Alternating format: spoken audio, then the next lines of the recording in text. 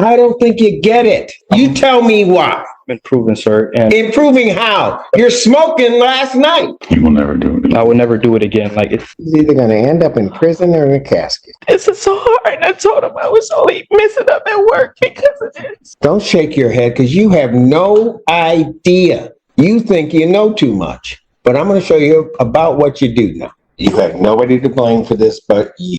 This kid strutted into court with a grin, acting like he was about to get a warning and walk right back out. Instead, he's staring down the barrel of a life sentence for viciously assaulting his girlfriend, and the details are ugly.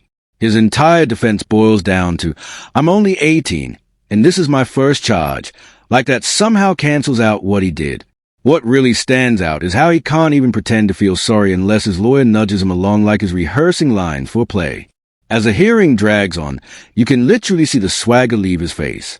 Judge Simpson ran this courtroom like a pro. Drop your thoughts in the comments. What do you think someone like this deserves? Let's get into it. Not at all, Ray.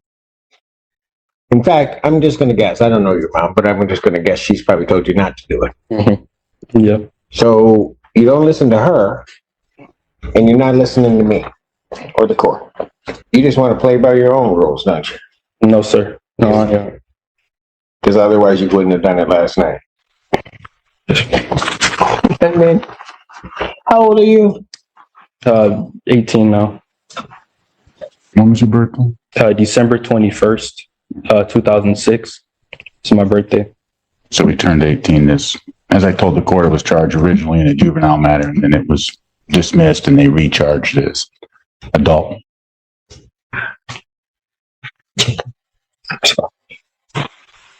You understand, young man, that you are facing a life offense.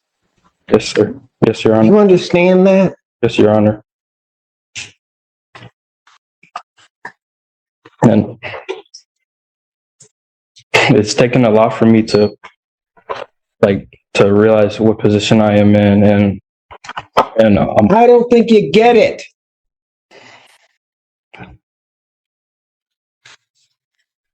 You found yourself in a position where maximum penalty is life or any term of years.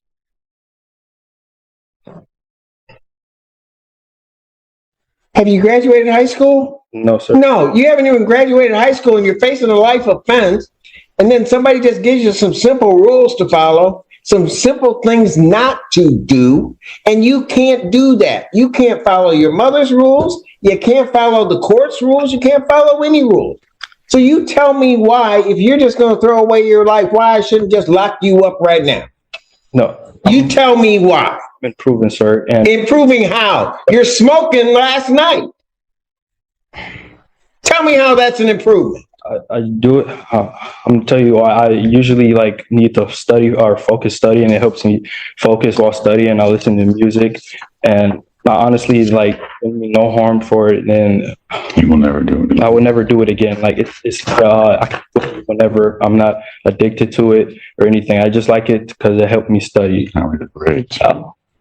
I got good. My grades are improved now. Back since I've been out. I've been having. Did you tell your mother you needed something to help you study? I said I prefer. I actually. Did you tell your mother that? No. No, sir. Because you're just so grown, you took it on your own. Sorry. I was trying to do things on my own, and clearly I messed up, and this just shows that I need my mother to supervise me and to. You're not listening to her.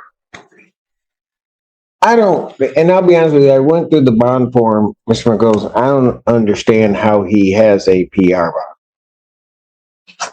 I don't. So the family would not be able to make a high cash bond or a significant money bond. He came to the court with no prior history of any misconduct. He is high school senior, on track to graduate. I explained to the magistrate how the family has all come together to take care of this, help assist this young man through this time. He's on a tether, on house arrest, All he is able to do is go to school and church. And I believe those are the two places that he's gone to. Yeah, those are two places that I've only been. He is not a risk of committing any offenses. He's not a risk of Yes, he is. any. Because he did it already.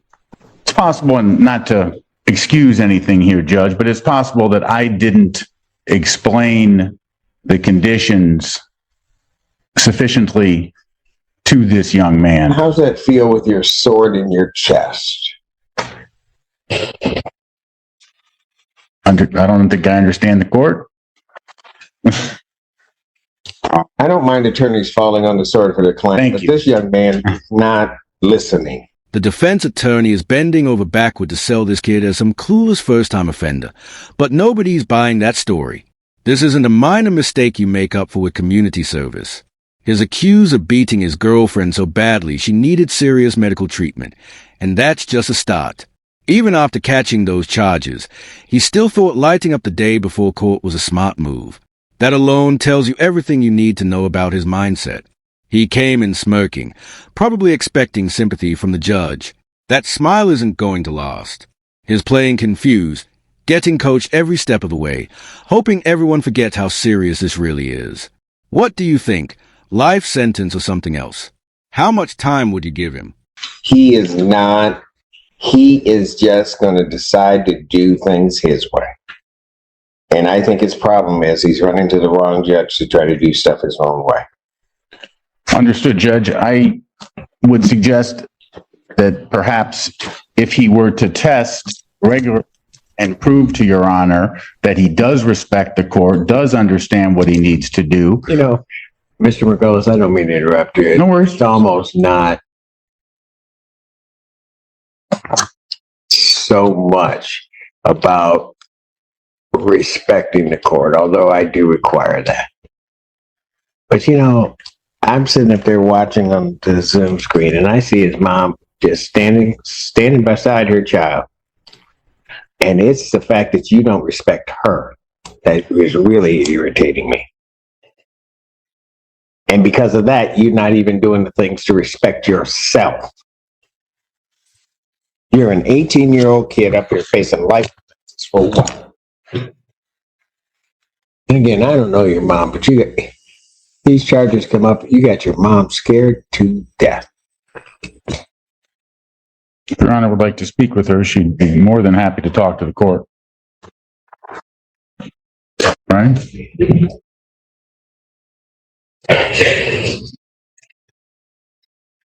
I'll tell you what, I'll hear from mom on my examiners. Your Honor, and I probably mentioned this already, but he's in his last semester. My concern is that if he's detained for long. Oh, I know. Yeah, I know Your Honor knows. I know. I just wanted to put that out there. And You know what? If I don't care about his education, about his life, what if he doesn't care? Why should I?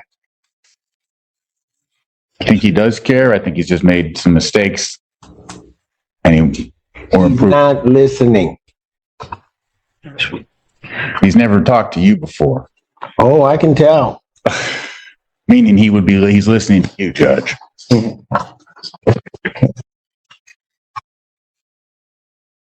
Mom, is there anything you want to say? I know this is not.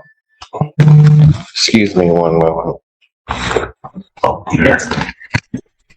Please. Let me see where he wants her to speak. Back there, of course. Put him over there with you, Alan, and then mom can come up so I can hear her. State your name. Nicole Barrow. All right. What do you want? What do you want to tell me? I know most moms will say that they have like a good kid and they give you this long spiel and then they do something bad and they're like, oh no, you should believe it. But when I tell you, like, I'm in shock, utter shock.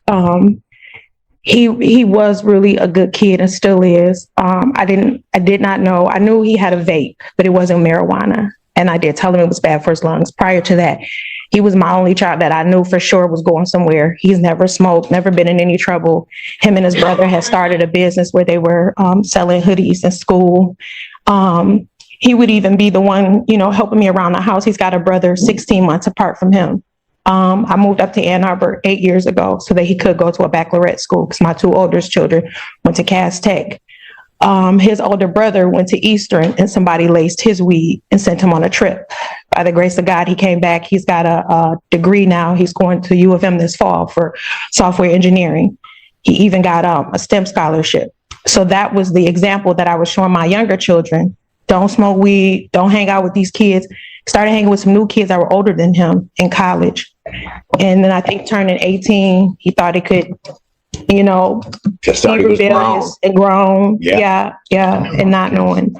I just asked that the court show mercy. And I know this isn't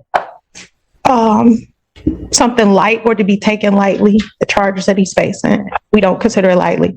We come from a good background. Our family, civil rights activists. I don't know if you ever heard of Willie Barrow. Okay. My aunt. Yes. Joe Lewis, my great uncle. I'm doing well at Blue Cross. I'm making a name for myself with the CEO. I'm back in school. Ma'am, So he comes from a good stop family. there. I'm sorry. I do not doubt that at all. Yeah. So this is hard. I do not doubt that you as a mom have tried to do everything within your power to give him the tools and everything else so he could succeed. This part honestly hit hard. You've got a mother standing there, completely drained, probably losing sleep every night watching her son self-destruct. Instead of protecting her, he's dragging her into his mess. She's crying, pleading with the judge to show mercy, while there's a reason she's even there. She carried him for 9 months, raised him, and now she's forced to stand beside him as he faces a possibility of life behind bars. That's not just stressful, it's heartbreaking. I'm not saying he automatically deserves life, but he clearly needs a serious wake-up call. Maybe even a year or two locked up would finally snap that entitlement out of him. Do you blame the mom at all for how he turned out? And if you do you still feel sorry for her? That is not a doubt. Like I said, I don't know you, but when I saw you on the screen, it wouldn't be easy for you, but if you just walked away from your kid that might have done wrong, I don't know that anybody would blame you necessarily. You didn't do that. You were standing cheek to cheek with him. Yeah. So understand any decision that I make, it's no reflection on you. Sure. I understand. But what I also understand is I've been doing this long enough to realize if he keeps getting away with this stuff, he's either going to end up in prison or in a casket. Don't shake your head because you have no idea.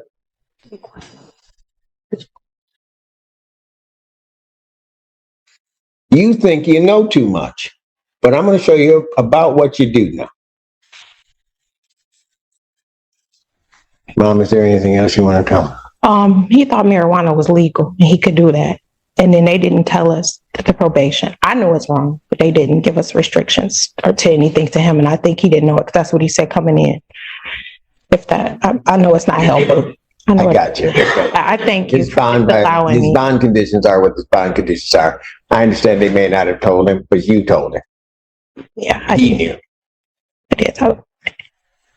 And I just asked if you do make a bond, can you make it affordable for me? It's just me. And then I've been missing work already. I've missed almost a month. They're on me. I got to go meet with my HR on Monday about my job. This is so hard. And I told him I was only messing up at work because of this. I thought I could handle it. Okay. I'm sorry. No, do not apologize. I'm so sorry.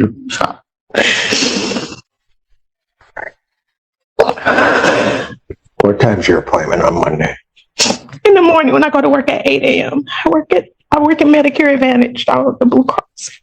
It'll be 2 years in May. What time do you get out of work?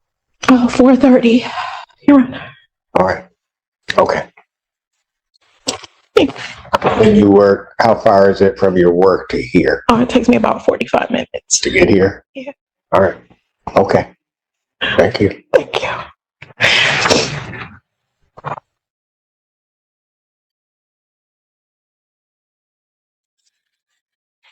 Your Honor, the people's original request was for $25,000. That was before people were aware of the new violation with the marijuana. This time, people will be requesting remanded for the violation. I know the court indicated I had gone through the bond request form. I know my colleague did a fantastic job outlining all the facts. I did just want to again emphasize the severe injuries and assault that occurred on one of the victims here with the broken nose, chipped tooth. She was bitten in her hand as she was trying to fight the defendant for control of the car keys. I think remand is appropriate at this time.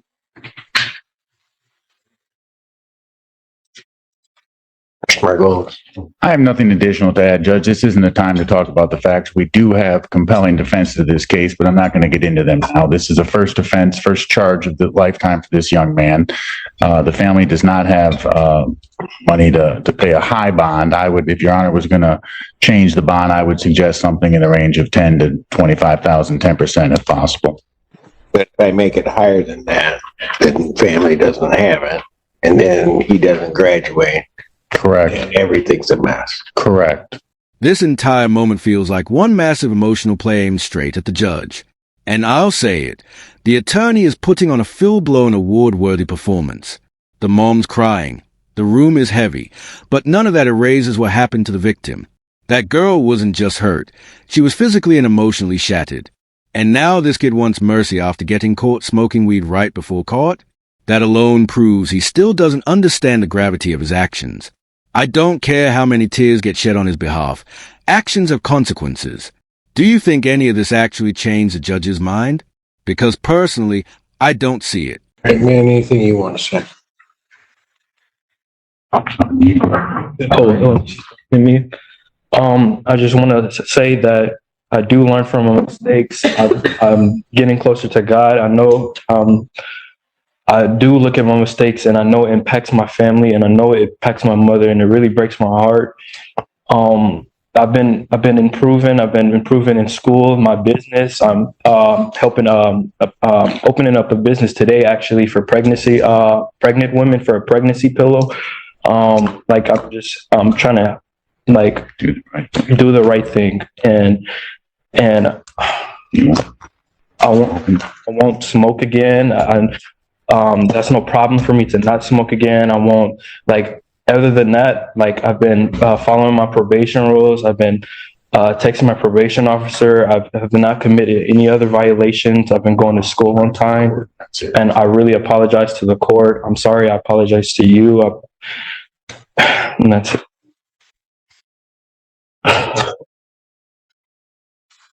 There's something. So I'm sitting there listening to your mother, and man, understand something. You will never, ever possess the right to break her heart. You just don't have that right.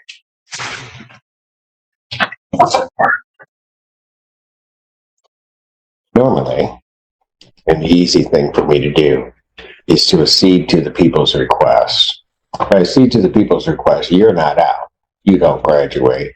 Everything becomes a whole mess. But it also seems that if I let you out, you can't seem to follow the rules or do anything. So what I'm going to do is I'm going to think about it. And I'm going to decide what I want to do. But you're not leaving here today, Mr. Allen. What I'm going to do is I'm going to revoke your bond. You sit there and you think about it. I'm going to set a bond hearing 4 o'clock on Monday, 4 p.m. I'm setting 4 p.m. so you can get into the building. Ma'am, you get to work. You get here. We'll be here. We'll wait for you. Okay? We'll finally have somebody that's waiting on you as opposed to you waiting on everybody else and everything falling through. But what you're going to do, young man, since you can't seem to understand what kind of life you're kind of headed to, you ever been in jail? Yeah. For how long? They put me in here for 4 days. On this case, Judge. Well, you're going to be back in. And then when come Monday, you might just stay in. You have nobody to blame for this but you. So at this time, defendant is remanded. We'll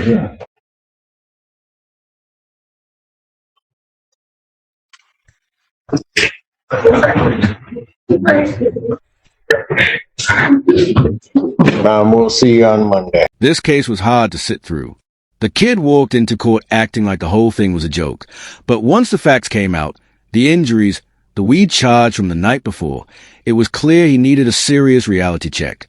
I've got to give credit where it's due. Judge Simpson handled this perfectly. No theatrics, no sugarcoating, just straight facts. That's why I respect him so much. Even with the attorney downplaying everything and the mom breaking down in tears, the judge stayed focused. He understood that this kid needed consequences, not excuses. Honestly, even keeping him locked up for a short time feels like the bare minimum. I'm satisfied with how this played out so far. Let me know what you thought about this case and this kid in the comments. Thanks for watching. If you enjoyed it, don't forget to like and subscribe.